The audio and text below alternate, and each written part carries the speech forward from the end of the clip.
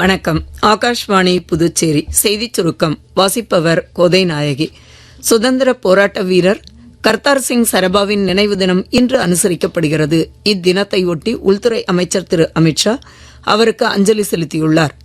கர்த்தார் சிங் சரபாவின் வாழ்க்கை நம் அனைவரையும் தாய்நாட்டிற்கு பக்தியுடன் சேவை செய்ய தொடர்ந்து ஊக்குவிக்கும் என்று அவர் தனது சமூக ஊடக பதிவில் பதிவிட்டுள்ளார்.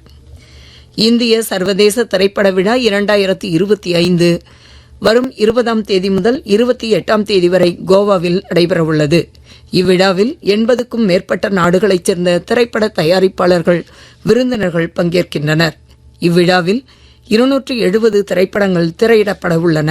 எல்லை சுற்றுலாவை விரிவுபடுத்தும் நோக்கில் சிக்கிம் அரசு டோக்லாம் மற்றும் சோலா ஆகிய இடங்கள் வரும் டிசம்பர் 15ஆம் தேதிக்குள் சுற்றுலா பயணிகளுக்கு திறக்கப்படும் என்று அறிவித்துள்ளது.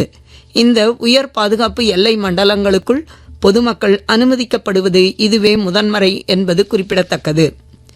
மண்டல பூஜை மற்றும் மகரவிளக்கு சீசனை ஒட்டி சபரிமலை ஸ்ரீ ஐயப்பன் கோவில் நடை இன்று திறக்கப்படும் என்று திருவிதாங்கூர் தேவஸ்தானம் தெரிவித்துள்ளது. பக்தர்களின் வசதிக்காக அனைத்து ஏற்பாடுகளும் செய்யப்பட்டுள்ளதாக தேவஸ்தானம் வெளியிட்டுள்ள அறிக்கையில் தெரிவிக்கப்பட்டுள்ளது.